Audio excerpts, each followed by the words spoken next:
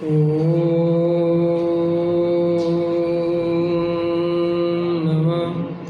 सिद्धेभ्यः। ओम नमः सिद्धेभ्यः। ओम नमः सिद्धेभ्यः। निर्मल ज्ञान परिठिया काम कलंक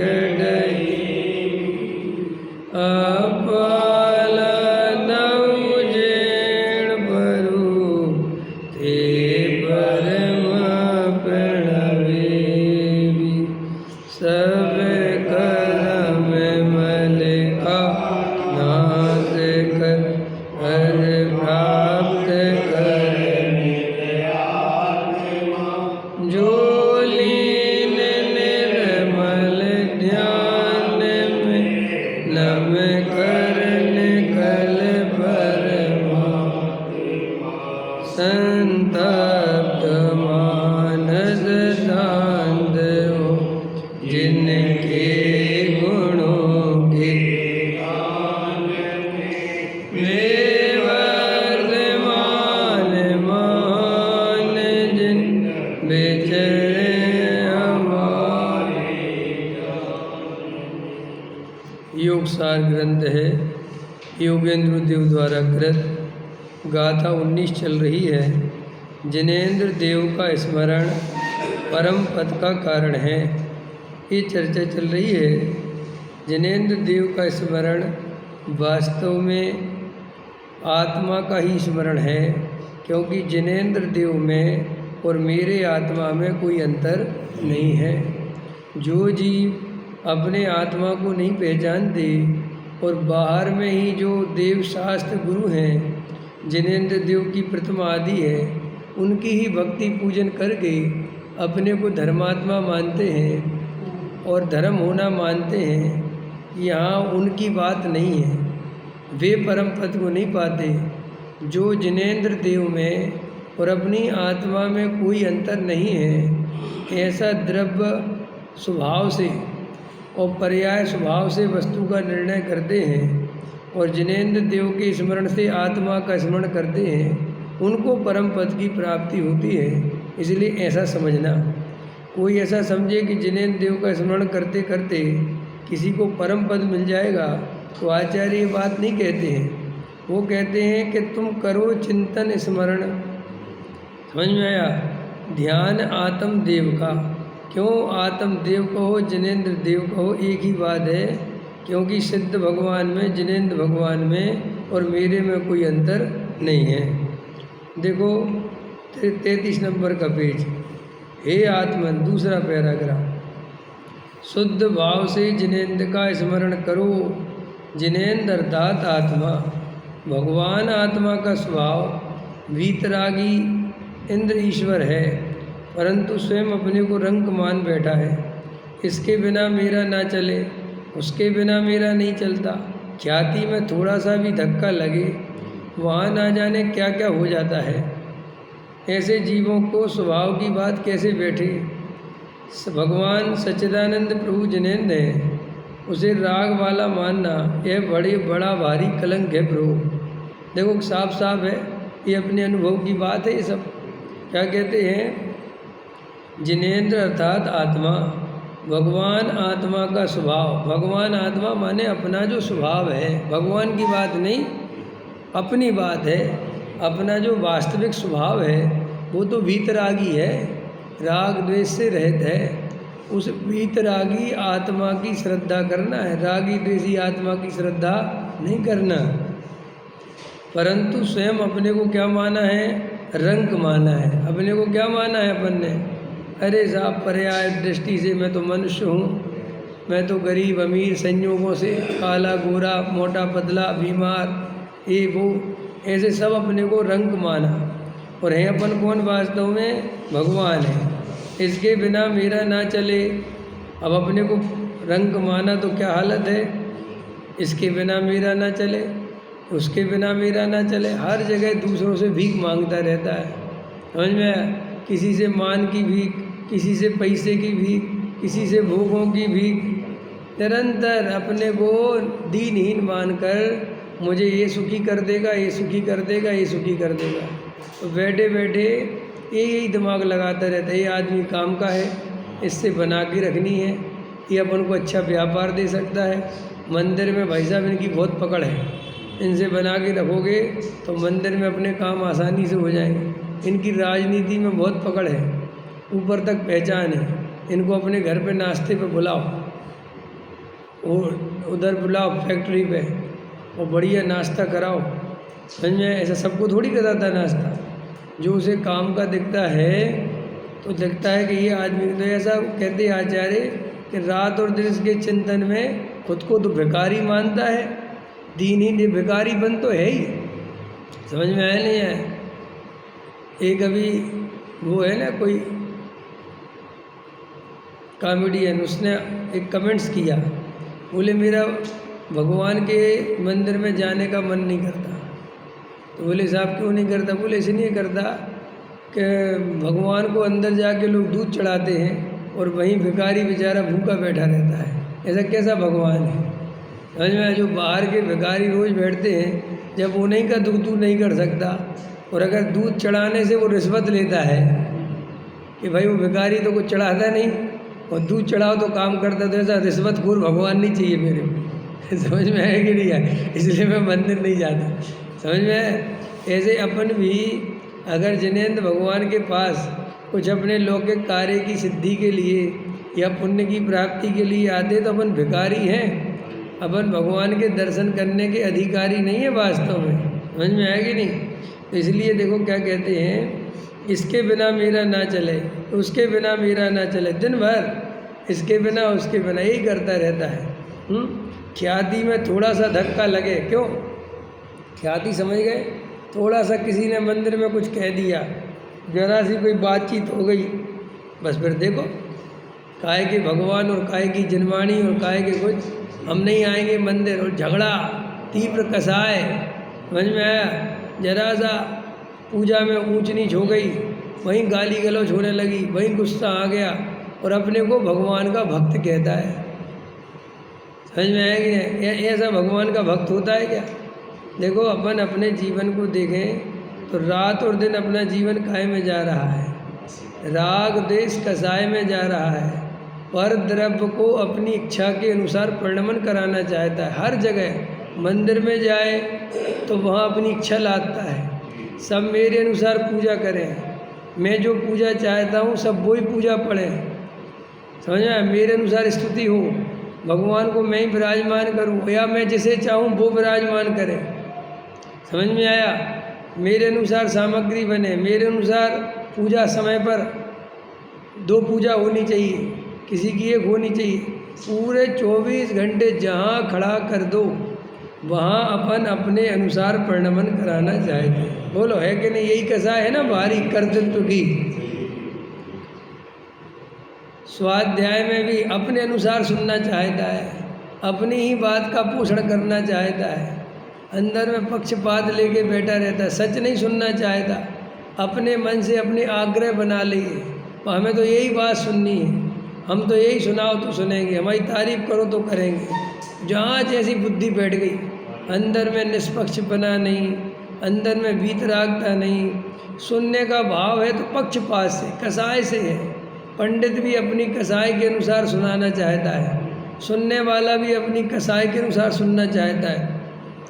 किसी की महाराज से कसाय हो गई तो वे हाथ धो के महाराज हो के पीछे पड़ गए, उनके चिंतन में महाराज के अलावा कुछ है ही नहीं।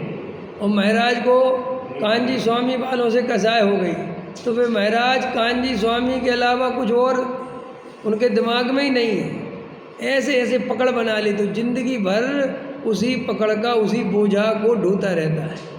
जैसे किसी की पैसे की पकड़ बन गई मजबूती से, तो सोते उठते बैठते खाते बैठते पैसा पैसा पैसा उसी के बारे में सोचता रहता है। किसी का बच्चों से मोह इतना प्रबल हो गया कि रात और दिन बच्चा बच्चा, जबकि पता है कुछ काल की पर्याय है, कुछ समय की बात है, न ये बच्चा सदा काल साथ में रहेगा, न ये रुपया पैसा साथ में रहेगा, न इज्जत आबरू साथ में रहेगी, न ही समाज साथ में रहेगा, न ही मंदिर की प्रधानी रहेगी, न ही कुछ काम। फिर भी ये सब भूल भाल के रात और दिन आत्मा का चिंतन छोड़कर केवल और केवल पर द्रव्यों का ही चिंतन करते रहते हैं। यही अनंत संसार का हमारे कारण है।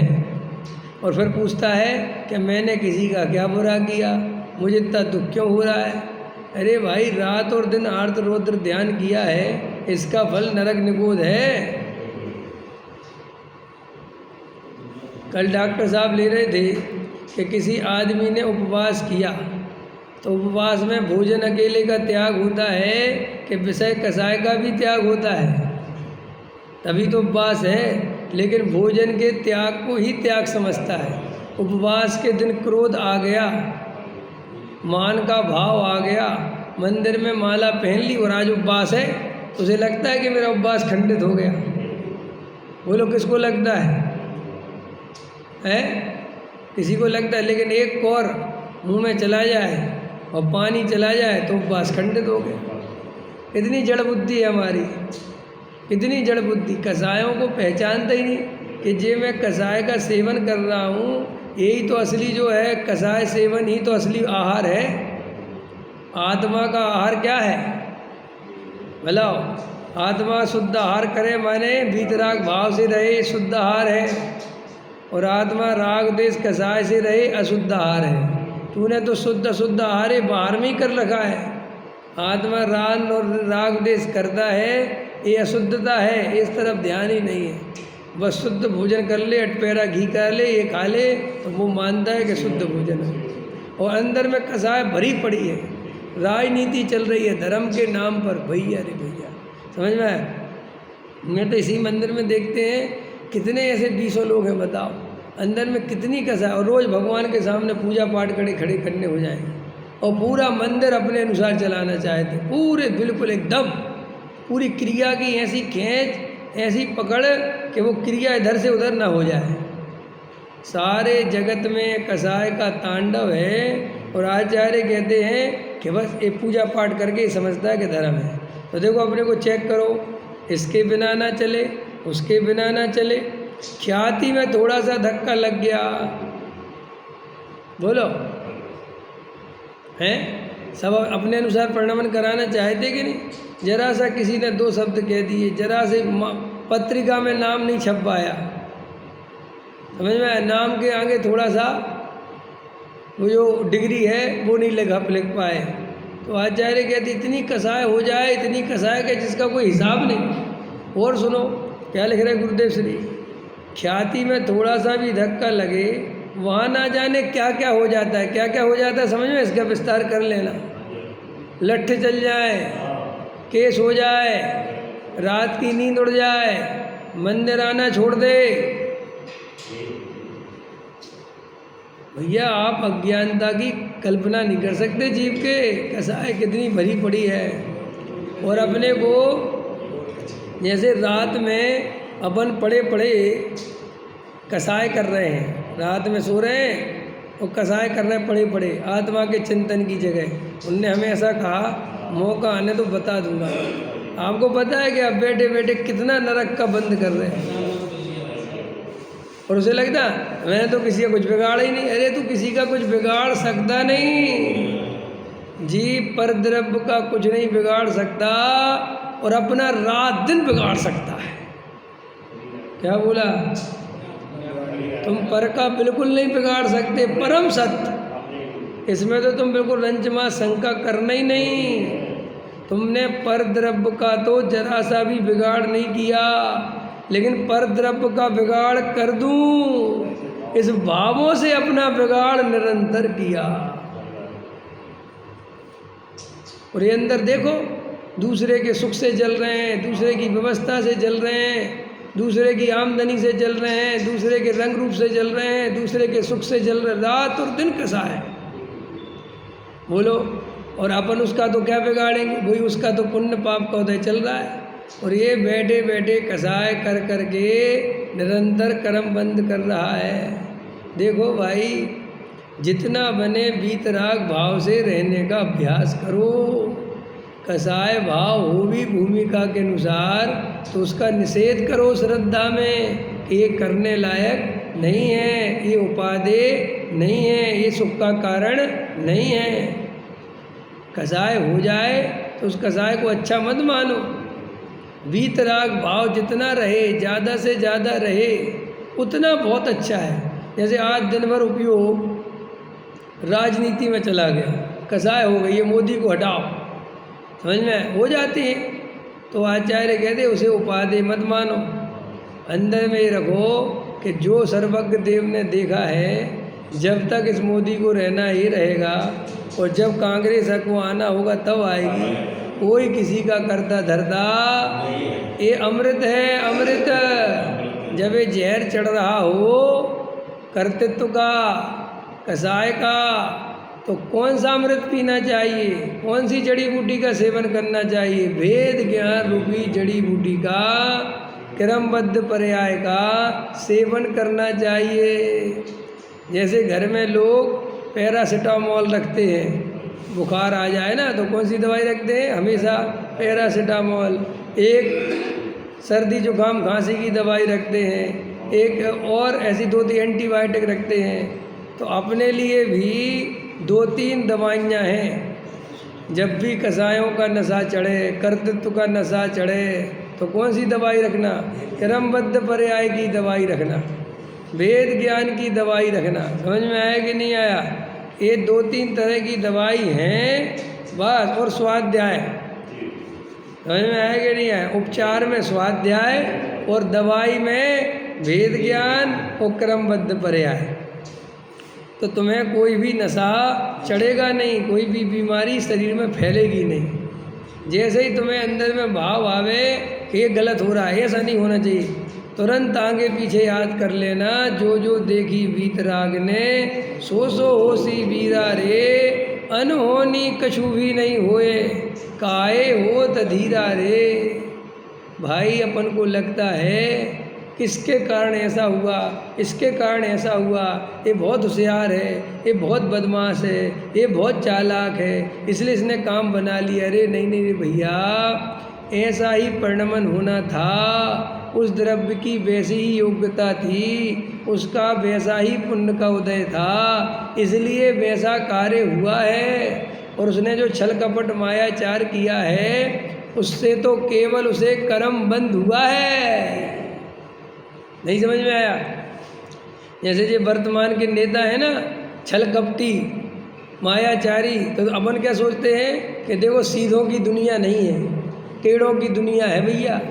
ये जितने देखो जो नौटंकी, बेईमान, छल कपटी, ये सब नेता बन जाते हैं। नहीं भैया, ऐसा नहीं है बिल्कुल भी, उनका पुण्य का उदय है। और अभी जो ये कसाय कर रहे हैं, छल कपट कर रहे हैं, बेईमानी कर रहे हैं, इसका तो कर्म बंधन अभी हो रहा है, इसका फल तो अभी आ ही नहीं रहा है।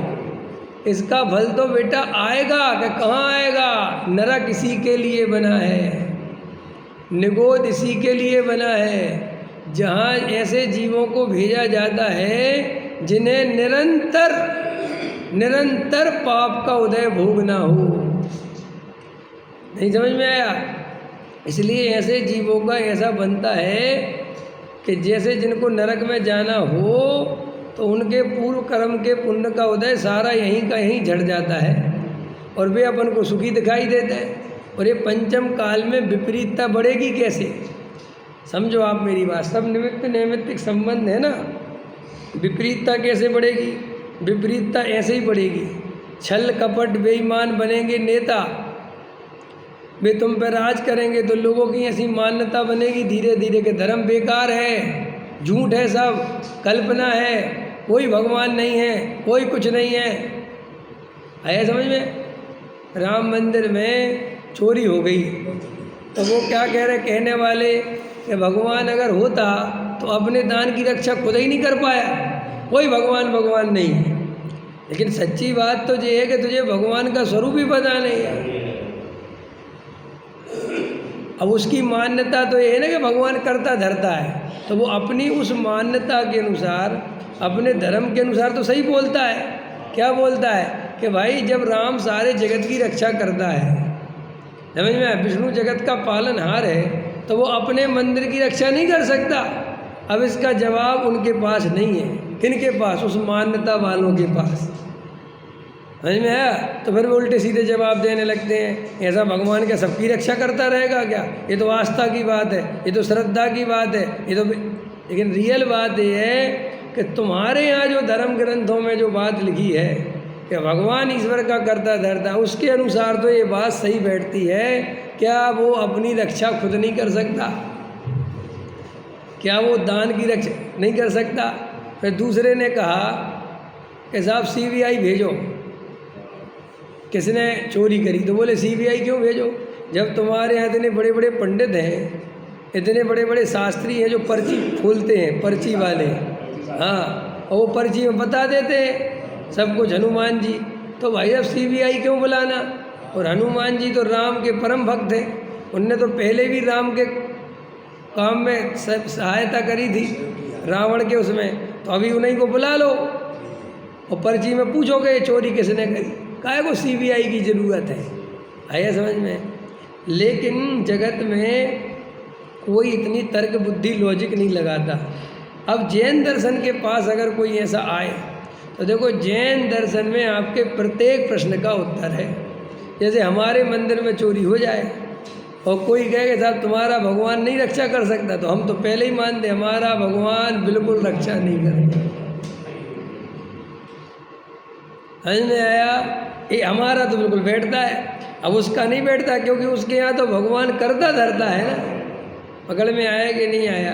तो भैया ये जो पंचम काल है, लोग कहते हैं अरे भाई, जैसे कल्पना बहन जी बताती हैं कि अब छठवें काल में जब वो आग की बारिश होगी, ये सब होगा है ना, वो सब त्राही त्राही होगी, तो वो सब बताती हैं कि जो तुम्हारे केमिकल बन रहे हैं, ये सब तुम्हारी जो तुम रसायन गैसें बना रहे हो, यही तो फटनी है धीरे धीरे, और यही सब आग बन जानी। कोई ऐसा थोड़ी कोई देवता आके आग बरसाएगा। आया समझ? माने जैन दर्शन में परम अकर्तावादी है। तो ये व्यवस्था बनती कैसे? प्रकृति ही व्यवस्था बनाती है, सिस्टम। जैसे देखो, अपने आप ही काल के प्रभाव से गर्मी बढ़ रही है, लोगों की हाइट कम होती जा रही है, आयु कम होती जा रही है, शरीर कमज़ोर होते जा रहे हैं। तो साहब ऐसा कैसे हो? देखो अपने यहाँ व्यवस्था भी वैसी बन रही ना। अपने को नकली घी खाने मिल रहा है, सारी चीज़ों में मिलावट आ गई है। तो अपन सोचते हैं कि जो अरे भाई वो सब कड़ी जुड़ी हुई है, जैसा शरीर वैसा भोजन वैसी आयु, वे आपस में उनकी गजब की बॉन्डिंग है। वो बॉन्डिंग आप देख नहीं सकते, वो बनी कैसे? अदृश्य बॉन्डिंग है वो। आया समझ? सिस्टम है प्रकृति। देखो, जो गरीब आदमी होते हैं, जिनको मेहनत मजदूरी करनी होती है, उनका शरीर वैसे ही काम करता है और सेठ लोगों का शरीर वैसे ही काम करता है। तो साहब वो मेहनत करे, अरे बात उसकी नहीं है, वो ऐसा ही परिणमन बनना है, कोई किसी का करता धरता नहीं है बिल्कुल। देखो सब स्वरूप है वस्तु का। तो अपन को लगता है कि ये पंचम काल, मतलब जो नेता वगैरह भैया, इस काल में ऐसे ही कार्य होंगे जिससे लोगों की धर्म के प्रति अरुचि होगी, धर्म के प्रति अश्रद्धा होगी, और पापियों के प्रति और पाप के प्रति श्रद्धा होगी। ये पापियों के प्रति क्या है कि पाप करने से सब कुछ होता है, इसलिए लोग पाप करने से धीरे धीरे डरना बंद कर देंगे। देखो पहले का आदमी कितना डरता था, झूठ बोलने से, चोरी करने से, हिंसा करने से, गलत कार्य करने से। अब आज का आदमी बिल्कुल नहीं डरता। आज का आदमी बेटे बाप के सामने बैठ के सिगरेट पी रहा, शराब पी रहा, और बाप देख रहा। समझ में आया कि नहीं?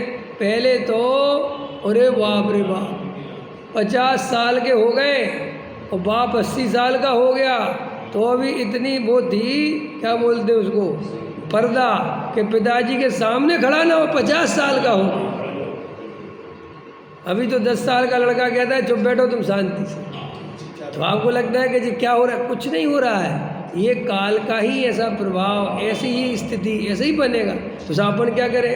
अपन इस चालाकी को पहचानो, अपन इस संसार के स्वरूप को पहचानो, इस माया को, इस जाल को, इस भ्रम को पहचानो कि भैया अपन को इस भ्रम में नहीं फंसना। अपन ने जिनवाणी पहले ही पढ़ ली, अपन ने तत्व पहले ही समझ लिया। इसलिए चुपचाप आत्मा का ध्यान करते रहो, वीतराग परिणति की आराधना करो, राग देश कसाय मत करो, बिल्कुल भी नेतागिरी के चक्कर में मत पड़ो, क्योंकि ये काल बिल्कुल भी ठीक नहीं है। यहाँ पर कोई किसी को इज्जत देने को तैयार नहीं है, छीना छपटी करनी पड़ेगी तुम्हें, और बह देना है खून बराबर, जामे खींचा तानी। इसलिए बिल्कुल ख्याति के लिए मरो ही मत, बिल्कुल मत मरो। दाएं हाथ से काम करो तो बाएं हाथ को पता ना चले, ऐसे गुप्त काम करो।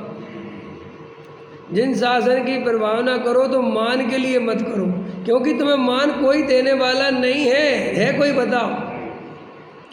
लोग 10-10, 20-20 साल लगे रहते हैं संस्थाओं में, 25-25 साल, पूरा 30-30 साल, 40 साल जीवन लगा देते हैं, और जरा सी कोई बात हो जाए तो दूध में जैसे मक्खी को निकाल के फेंक देते हैं, ऐसे फेंकाएगा। और वो जो निकाल के जैसे फेंका गया है, वो पश्चाताप और प्रायश्चित की आग में ही जलता रहता है, क्योंकि उसके अंदर कसाय बहुत हो जाती है। उसको फिर कितने ही समझाओ। अभी मैं एक बहुत बड़े उनसे मिला, कितनी अंदर में कसाय रह जाती जीव की। आपने कल मैसेज भेजा था ना एक पैसे वाला, भाई उसका अर्थ क्या है? जैसा अभ्यास करोगे, जैसी जिंदगी जीते रहोगे, तुम्हारे अंदर वैसी ही मान्यता, वैसे ही संस्कार घुस जाएंगे। ऐसे जो आदमी जो नेतागिरी, जो समाज सेवा, जो संस्था सेवा, इनमें लगा रहता है ना 20-40 साल तक, उसके बाद उसको रिटायर करो तो वो रिटायर होना नहीं चाहता। उससे कहोगे तुम आत्मा का ध्यान करो, वेद ज्ञान करो, तुमने ज़िंदगी भर आत्मा की बात समझी है, वो कहता नहीं नहीं नहीं, नहीं। मुझे तो बुला लो, मुझसे तो समझवा लो, बैठने की मत कहो। समझ में आए? बिल्कुल चलने फिरने की हालत नहीं है, बिल्कुल बीमार पड़े हैं तो भी प्रवचन करना है। अब ये कैसी कैसी हालत है भाई प्रवचन करने की? कि नहीं साहब, उन लोगों की भावनाएं बहुत होती हैं, लोग सुनना चाहते हैं। भैया सुनना चाहते हैं, खुद चल के आ जाना हमारे कमरे पे। समझ में आया? हम कहीं नहीं आ रहे चल बल के। एक आदमी का हिसाब किताब तो हो भाई, 2 आदमी पकड़ के लाने पड़े और बिल्कुल हालत ही खराब हो, ऐसा प्रवचन करने का राग क्यों रखना? अगर है तो कसाई ही ना। नहीं साहब उन लोगों का, अरे लोगों को तुमने 50 साल सुनाया है, और लोगों का क्या है भाई? तो सुनते रहो, तुम 91 साल में सुनाते रहो। गलत कह रहा हूँ है? कई लोग मेरे पास, जैसे मैं कभी कभी बीच में क्लास, अरे साहब लो लो, मैंने कहा भाई मेरे को आराम चाहिए, भी नहीं लेना। तो साहब हम क्या करें? अरे 2000 प्रवचन सुनो भाई, तुम्हें याद है क्या? किसी को याद? एक बार बताओ, आप लोगों में से किसको मोक्ष मार्ग प्रकाश सकता? एक भी प्रवचन याद हो तो जो कहो। कल का तो याद नहीं रहता। मैं 3 साल पहले क्या बोला था, किसको याद रहेगा? हैं? फिर तो उसमें भी कहता लेकिन बस दिमाग में बैठा है, और बोलने वाले को ऐसी कसाय हो जाती है कि बस चाहिए चाहिए चाहिए। वह बोला भैया हम परंपरा को नहीं ढोना, कसाय को नहीं ढोना, हमें तो वीतरागी होना है। और वीतरागी का मतलब है न राग, न द्वेष, न कसाय, बस वीतराग भाव में रहो, जितना बने जितना बने। लोग कहते हमारा दिन भर ध्यान में मन नहीं लगता। नहीं लगो, ध्यान क्यों करना? ध्यान वीतराग भाव से रहो, न राग करेंगे न द्वेष। करना है ना आपको अभ्यास। दिन भर के शाम पे बहुत टाइम रहता है, स्वाध्याय निकालो, बढ़िया ग्रंथ निकालो, स्वाध्याय करो, और आधा घंटा फिर वीतराग भाव से बैठ जाओ, बस शांति से स्वरूप का स्मरण करो। वस्तु स्वरूप, क्रमबद्ध पर्याय, भेद ज्ञान, निमित्त उपादान, कारण कार्य, आत्मा, बहिरात्मा, परमात्मा। समझ में आए? ये सब सिद्धांत, कर्म की विचित्रता, पुण्य पाप, ये सब 7 तत्व, 6 द्रव्य, सबका बैठे बैठे स्वरूप का विचार करो। और जितनी देर परिणति में वीतराग भाव रह गया, इससे बढ़िया कोई आराधना है ही नहीं। ना हमें कोई दुकान का चिंतन, न कुछ। अपने बेटे, अगर आपके पास ऐसा टाइम है तो अपने बैठ के स्वाध्याय करो, ग्रंथ पढ़ो। गुरुदेव 12-12 घंटे स्वाध्याय करते थे। क्यों करते थे? कि भाई दिन भर करते क्या? अगर वे 12 घंटे स्वाध्याय नहीं करते, वहाँ उपयोग नहीं लगाते, तो जैसे आजकल के ब्रह्मचारी आश्रम बनाने में लगे हैं, ऐसे ही लगे रहते वे भी। पलस्तर देखते फिरते बढ़िया हुआ कि नहीं, ईंट तुमने बराबर लगाई कि नहीं। आजकल तो महाराज ब्रह्मचारी खड़े होके बनवाते हैं आश्रम, बराबर खड़े होते हैं। महाराज सीढ़ी पे चढ़ के जा रहे हैं छत का ऊपर लेंटर देखने के लिए, और वे अपने आप को महाराज कहते। अकल ही नहीं है कि तुम महाराज हो, कि क्या हो? समझ में आया कि नहीं आया? ब्रह्मचारी जी खड़े आश्रम बनवा रहे हैं, वो कहते हम अपने लिए नहीं बनवा रहे। अरे भैया, तुम अपने लिए नहीं बनवा रहे तो किसके लिए बनवा रहे हो? कहते हम तो लोगों के लिए बनवा रहे। कहते मूर्खतापूर्ण बात, लोगों के पास अपने अपने घर हैं।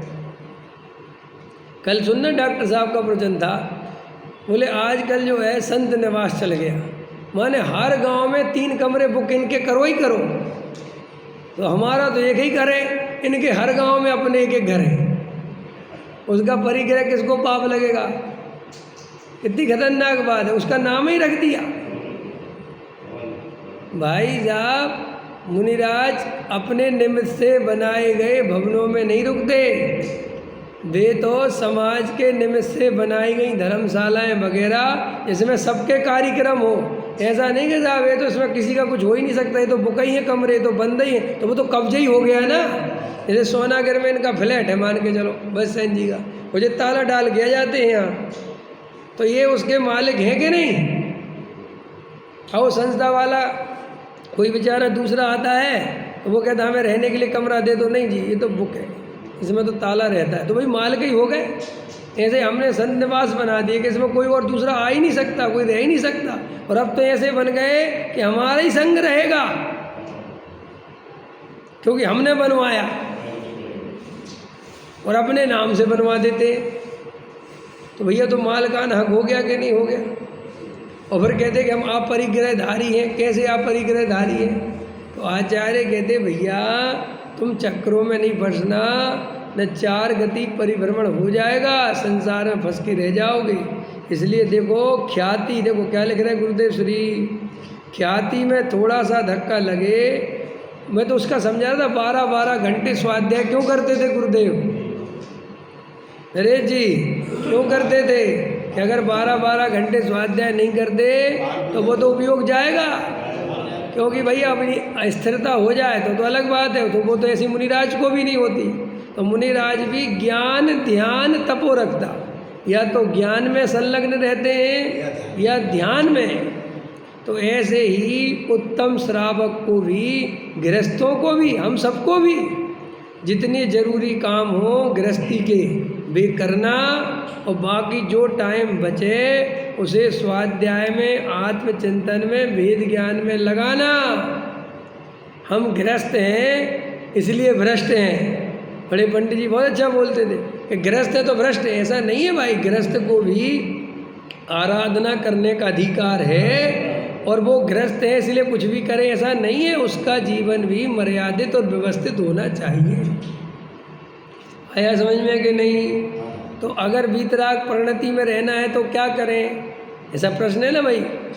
एक तो श्रद्धा में त्रिकाली ध्रुव की दृष्टि होना चाहिए, अपनी आत्मा में अपनापन होना चाहिए, ये तो अंदर की बात। और बाहर परिणति के लिए क्या करें? स्वाध्याय करो, पूजा पाठ करो नहीं कह रहा मैं, स्वाध्याय करो। पूजा पाठ तो जितनी करनी योग्य वो कर ली, लेकिन अगर तुम्हें वीतराग परिणति भाव से रहना है तो ज़्यादा से ज़्यादा स्वाध्याय करो, चिंतन करो, चिंतन से थक जाओ फिर स्वाध्याय करो, स्वाध्याय से फिर वेद ज्ञान करो, फिर शांत होकर बैठ जाओ, फिर ध्यान करो। ऐसे 2-4 घंटे का अगर आपके पास टाइम है तो ये असली आराधना करने का तरीका है। मंदिर बनवाओ, पंच कल्याणक में जाओ, सम्य शिखर की वंदना करो, महाराजों के पैर दबाओ, पंडितों की सेवा करो, धर्मशालाएं बनवाओ।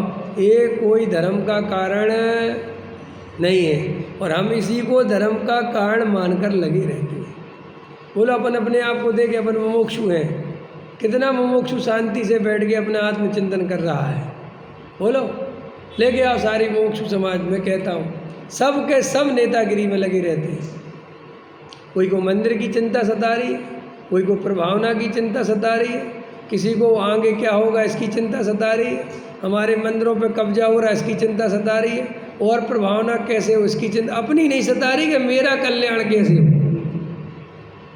एक बड़े सेठ जी हैं, वे जहाँ देखो फीता ही काटते रहते, समझ में, इधर उधर भागते फिरते हैं, लगे रहते, संस्था के अध्यक्ष, वहाँ के उपाध्यक्ष, यहाँ के अध्यक्ष के साहब ऐसा क्यों? पैसा बहुत है। अरे भाई साहब ये बहुत चला जाएगा, समझ में, दान दे और ये कहे कि फीता भी तुम ही काट लेना, हमारे पास टाइम नहीं, हमें कल्याण करना। देखो कैसी हालत है लोगों की। मुमुक्षु बने, दिन भर कमाने में लगे रहते हैं, बड़े बड़े व्यापार कर रखे हैं, वहाँ उपयोग फंसा रहता है, फिर समाज की नेतागिरी ले रखी है, उनकी मीटिंग्स करते रहते हैं, संस्थाओं के अध्यक्ष उपाध्यक्ष बने रहते हैं, आए दिन उनके फ़ोन आते रहते हैं, साहब एक लेटर भेजा उस पर साइन करना, साहब ये मीटिंग रखी है आपको पहुँचना ही है, साहब अपन ने वहाँ पंच कल्याणक कराना है, हम आपके घर पे आना चाहते हैं। कब आराधना करेगा वो जी? उसका पूरा पुण्य का उदय जो उसे अनुकूल मिला है बढ़िया से बढ़िया, वो पूरा का पूरा ये समाज ये संसार उसे फंसा के रख के खा जाता है, और अपन को मजा आता है। काहे के चक्कर में? ये ख्याति। क्या लिखा गुरुदेव श्री ने? हाँ, ख्याति में बस, ख्याति ख्याति ख्याति ख्याति, मरे जा रहे ख्याति के लिए। जो देखो ख्याति, प्रसिद्धि, और क्या मिलता है इस प्रसिद्धि से? कुछ नहीं है भाई साहब। जितनी आप प्रसिद्धि पाओगे उतना ही मनुष्य भाव गवाओगे। क्या बोला मैंने? जितनी आप प्रसिद्धि पाओगे उतना ही मनुष्य भाव गवाओगे। समझ में आया रमेश जी? अब हाँ, आपको भी प्रसिद्ध होने का चस्का है कि नहीं? अब पहले भी नहीं था, अभी भी नहीं है। पक्का? पक्का 100%। तो गुप्त दान दिया करो, गुप्त दान। हाँ, तो गुप्त दान दो फिर, समझ में आया? गुप्त दान दोगे तो पता चलेगा कि अपन दे पा रहे कि नहीं। देखो, अंदर में कसाय छुपी हो, वो बाहर में प्रकट करने के लिए पुण्य का उदय चाहिए। क्या कहा? ऐसे पता नहीं चलता जीव को कि मेरे अंदर कसाय। बोलो नरेश जी, समझ में आ रहा कि नहीं? मंदिर का प्रधान बनना है, अरे साहब क्या रखा, हमें कुछ बिल्कुल नहीं। अब लेकिन ये ऐसा भी हो सकता है न नॉन तेल चना, समझ में क्या बाजेगा घना। अब अंदर में पता है कि अपन तो बन ही नहीं सकते, नहीं समझ में आया? मन भीमगली का ट्रस्टी बनना है, अरे साहब क्या रखा। और अंदर में अभी 10-5 करोड़ आ जाए तो अब भी कहे कि लो रखो हमारा, हमें भी ट्रस्टी बनाओ। ये मैं किसी के लिए नहीं कह रहा, कि अपने अंदर में ऐसी कसाएं रहती हैं, वे पुण्य के उदय के बिना प्रकट नहीं होती तो पता ही नहीं चलता। हमने खूब देखा, पहले लोग फीता काटने वालों की बुराई करते हैं, और जब एक दिन खुद फीता काटने लायक हो जाते हैं तो सबसे पहले जाके खुद फीता काटते हैं। पहले कहते इसमें कुछ नहीं रखा, क्या रखा है आमंत्रण आमंत्रण करता में, और फिर थोड़ा पैसा हो जाए तो वहाँ आमंत्रण कर्ता के रूप में राशि लिखवाता है, तो वो पत्रिका में देखता है कि मेरा नाम प्रॉपर लिखा के नहीं लिखा। फिर कहता है साहब इतनी तो कसाय, अरे भाई ऐसी और भी कसाय भरी पड़ी है, ये तो अभी थोड़ी बहुत तेरे पुण्य के। देखो खतरनाक मामला है, कसाय पाप के उदय में प्रकट नहीं होती। बोलो कितनी खतरनाक बात है।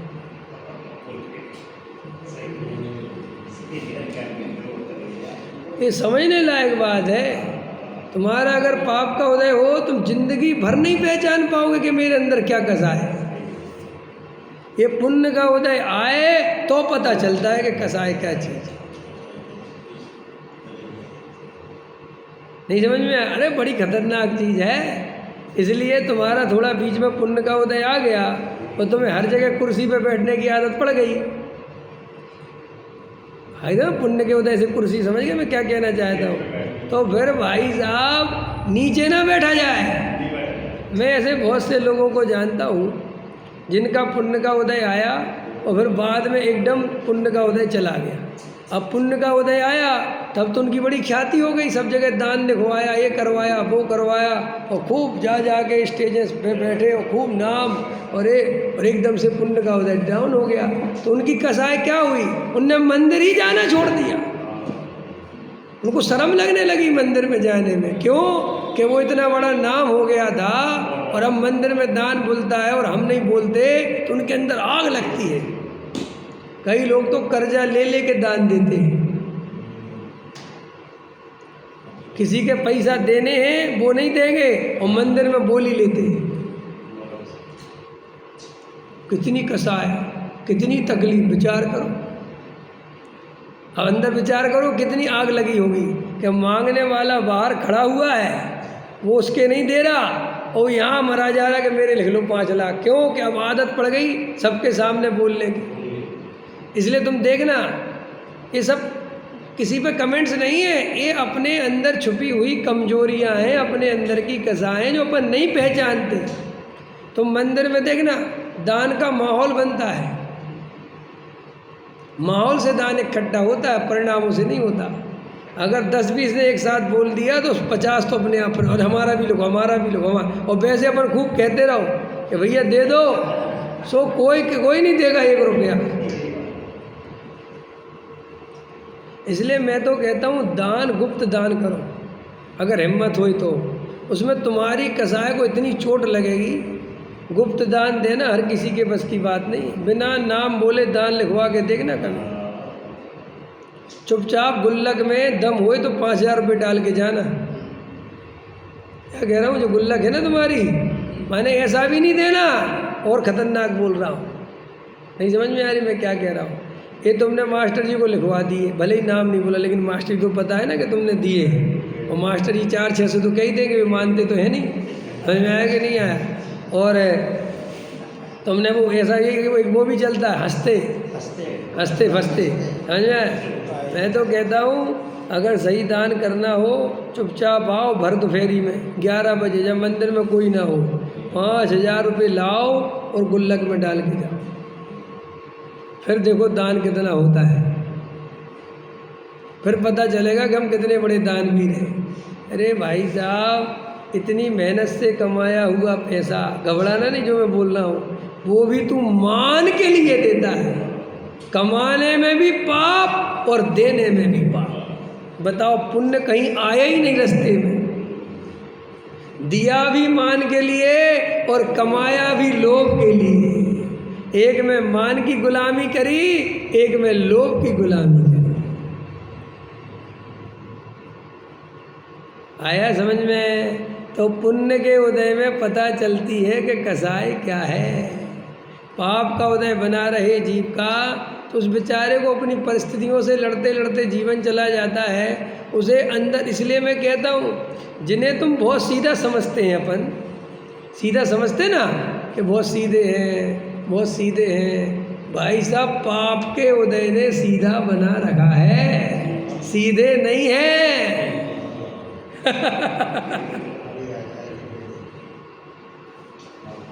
ये बिल्कुल भ्रम है तुम्हारा। मैंने खूब गहराई में लोगों को जा के देखा, एक आदमी सीधा नहीं है। पुण्य का उदय वैसा नहीं है, इसलिए कसाय को दबा रखा है। वो कसाय दिखती नहीं है। अकेले में बात करके देखो तो इतनी कसाय प्रकट करता है कि देख के घबराहट हो जाती है कि ये क्या कर रहा है।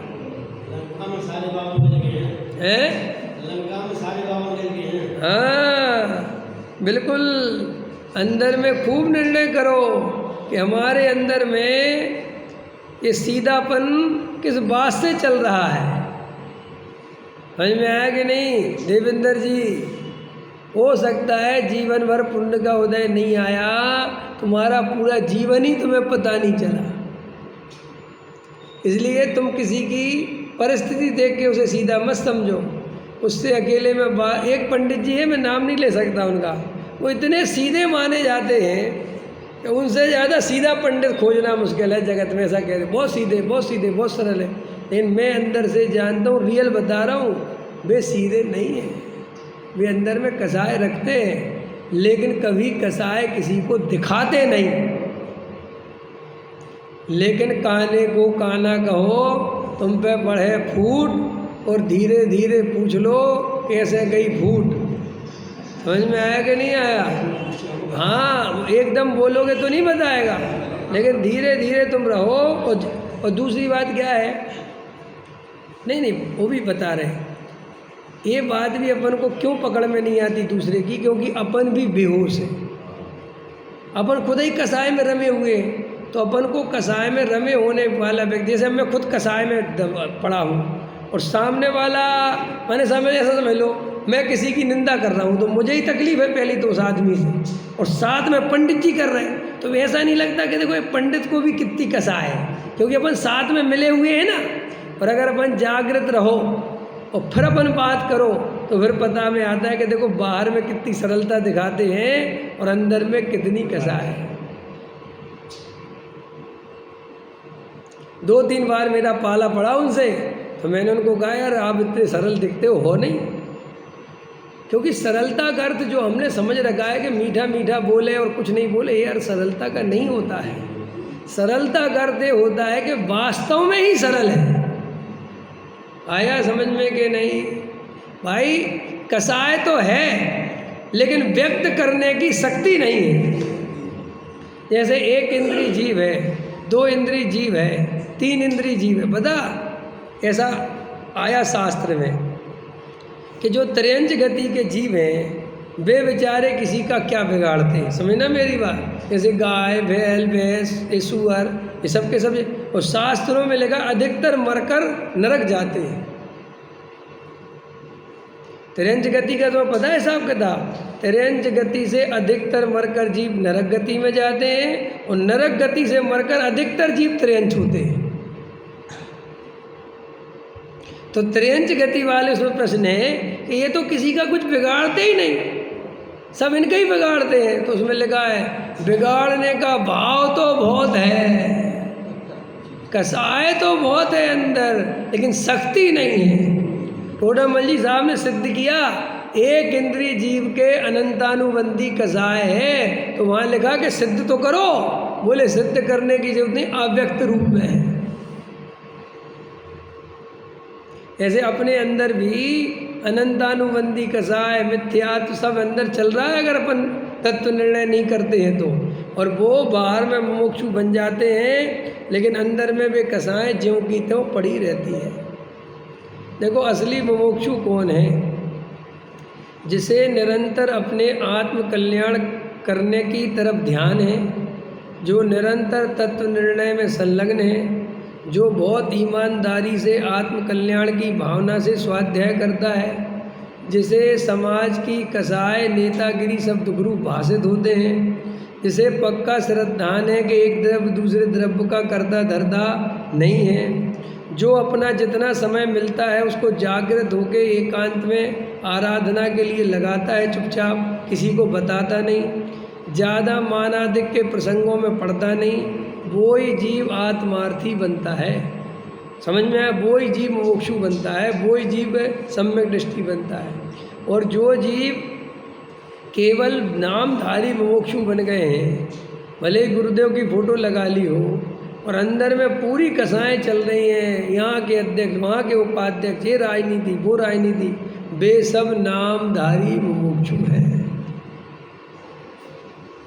चाहे वे कितने बड़ी संस्था के अध्यक्ष क्यों ना हो। नहीं साहब, वे 6 द्रव्य जानते हैं, 7 तत्व जानते हैं, समय सार की 50 गाथाएँ याद हैं, रोज़ सुबह शाम स्वाध्याय सुनते हैं, ये सब क्षयोपम ज्ञान हो सकता है।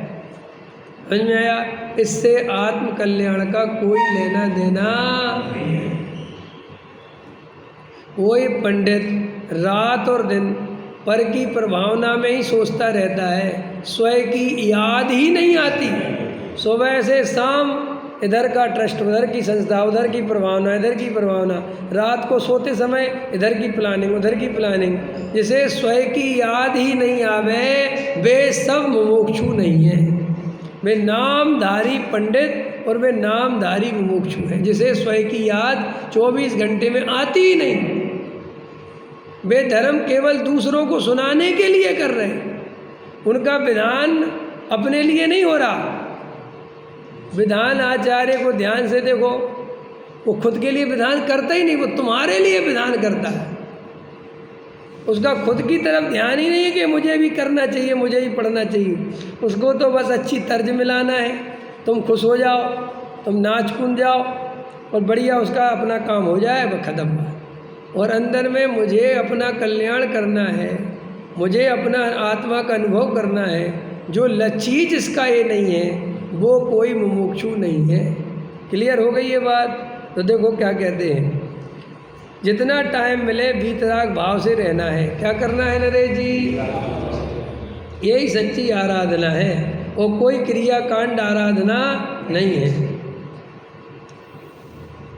वहाँ ना जाने क्या क्या हो जाता है। ऐसे जीवों को स्वभाव की बात कैसे बैठे। देखो साहब, गुरुदेव श्री ले रहे, जिनके अंदर इतनी मान कसाय भरी पड़ी है कि जरा सा किसी ने कुछ कह दिया और रात भर नींद नहीं आती, मान नहीं मिला तो मंदिर आना छोड़ दिया। ऐसे जीवों का कभी सम्यक दर्शन हो पाएगा? है देखो क्या लिखा, क्या क्या हो जाए। ऐसे जीवों को स्वभाव की बात कैसे बैठे। भगवान सच्चिदानंद प्रभु जिनेंद्र हैं, उसे राग वाला मानना यह बड़ा भारी कलंक है प्रभु। भाई भगवान आत्मा बीतराग मूर्ति प्रभु है, उसका शुद्ध भाव से चिंतन करना। राग दया दान के विकल्प तो छोड़ने लायक हैं, उन्हें बारंबार याद ही क्यों करता है। आते हैं तो उसे याद क्यों करते हो।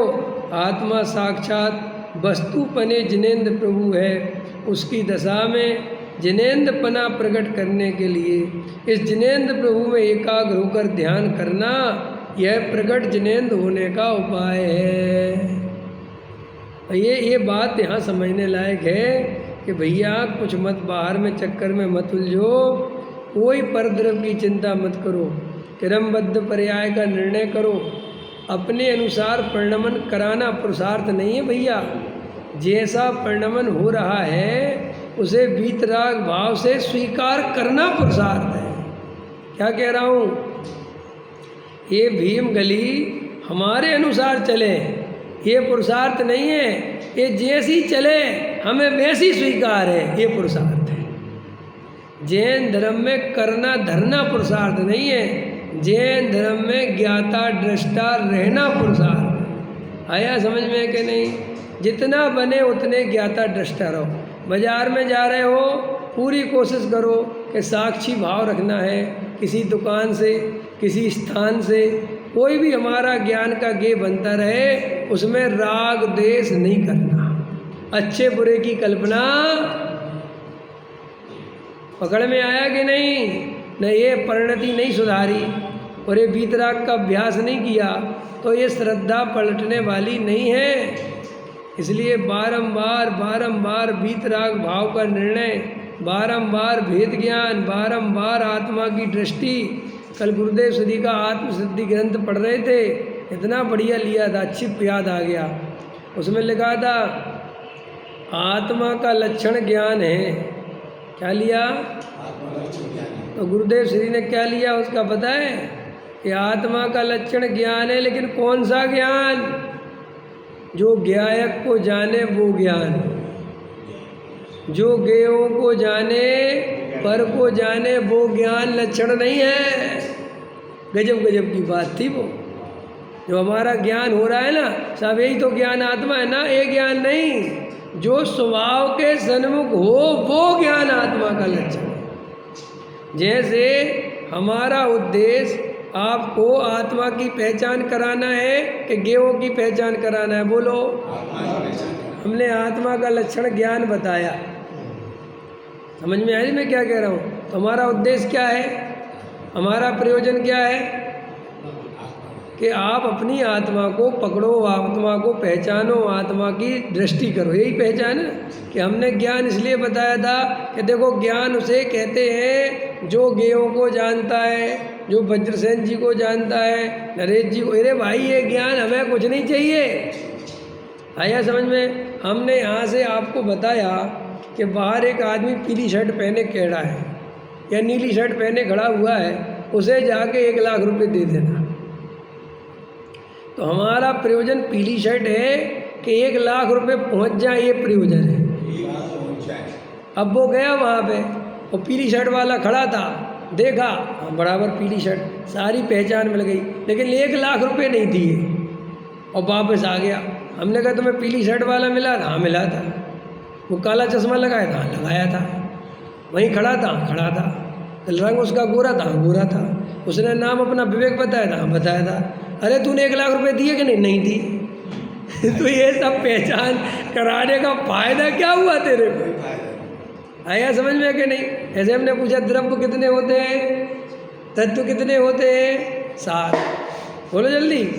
7। क्रमबद्ध पर्याय में क्या होता है? ये होता है। आत्मा का लक्षण क्या है? ज्ञान है।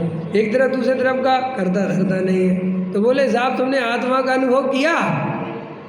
बोले साहब वो तो नहीं किया। अरे तो इतनी रामायण सुनाई काहे के लिए थी तुमने? आया समझ? माने वो उस रामायण में इतना उलझ गया, उन लक्षणों में इतना उलझ गया कि जो लक्ष्य की सिद्धि करनी थी जो वो ही भूल गए। कभी कभी ऐसा होता है कि नहीं? अपन किसी आदमी से किसी विशेष काम से हो गया कभी मिलना है और वहाँ पे जाके ऐसी बातें चल गई, उन्होंने कहा अरे आओ बैठो और बताओ बहुत दिन बाद आए, और अपन जिस काम से आए थे वो काम ही भूल गए और 1.5 घंटा निकल गया और 1.5 घंटे में भूल भाल के घर आ गए।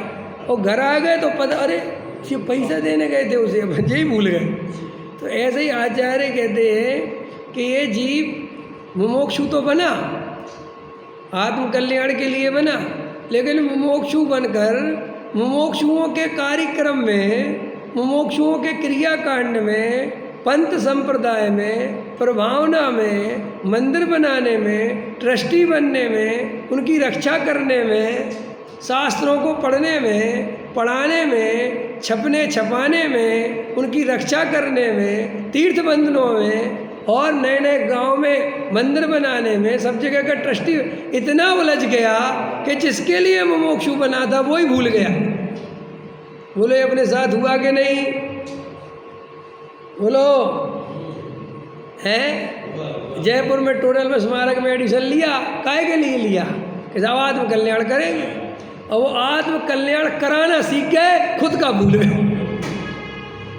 अच्छे प्रवचनकार बन गए, पंडित बन गए, सब जगह प्रवचन होने लगे, और पंडित जी से पूछा पंडित जी आप अपना आत्म कल्याण कर रहे हैं कि नहीं? हाँ वो तो हो ही रहा है। वो तो भाई साहब सलाह मशवरा देना आसान है, उपदेश देना आसान है, खुद उसका पालन करना बहुत कठिन है। समझ में? एक पंडित जी हैं, इतने बढ़िया बढ़िया कोटेशन लिखते हैं कि वे कोटेशन पढ़े तो आधे जीवों को सम्मेलन हो जाए, और खुद वे उस कोटेशन से बिल्कुल विपरीत परिणति के। समझ में? बिल्कुल विपरीत। अपन कहते जो लिख क्या रहा है वो करता क्या है। मेरा कहने वाला ये है कि आदमी उपदेश बहुत दे सकता है, लेकिन उस उपदेश पे चलना हर किसी के बस की नहीं है। जब तक अपन उस उपदेश पे नहीं चलते वो उपदेश देना व्यर्थ है। मैं खुद तो आत्मानुभव करूँ नहीं, खुद तो वेद ज्ञान करूँ नहीं, और तुम्हें आत्मानुभव करने की प्रेरणा देता रहूँ तो बेकार है ये सब। खुद तो कहूँ कि आत्म कल्याण के लिए समय निकालो, और पंडित जी खुद सबसे ज़्यादा बिजी है, उन्हें फुर्सत ही नहीं है सोचने की, तो सब बेकार है। अंदर में भाई साहब प्रयोजन मत भूलो। हम मंदिर बनाने के लिए मुमुक्षु नहीं बने, हम 7 तत्व इसलिए नहीं पढ़ रहे हैं कि बस पढ़ने के लिए नहीं भाई साहब। तत्वार्थ श्रद्धा नाम सम्यक दर्शनम, हम ये तत्वों की श्रद्धा करने के लिए 7 तत्व पढ़ रहे हैं। तो आत्मा का लक्षण गुरुदेव ने बताया कि वो लक्षण बनाना जो तुम्हारे स्वरूप के सन्मुख जावे, जो ज्ञान ज्ञेयों को प्रसिद्ध करे वो ज्ञान आत्मा का नहीं है, जो ज्ञान ज्ञायक को प्रसिद्ध करे वो आत्मा का ज्ञान है। आया समझ में? विचार करना। सहजानंद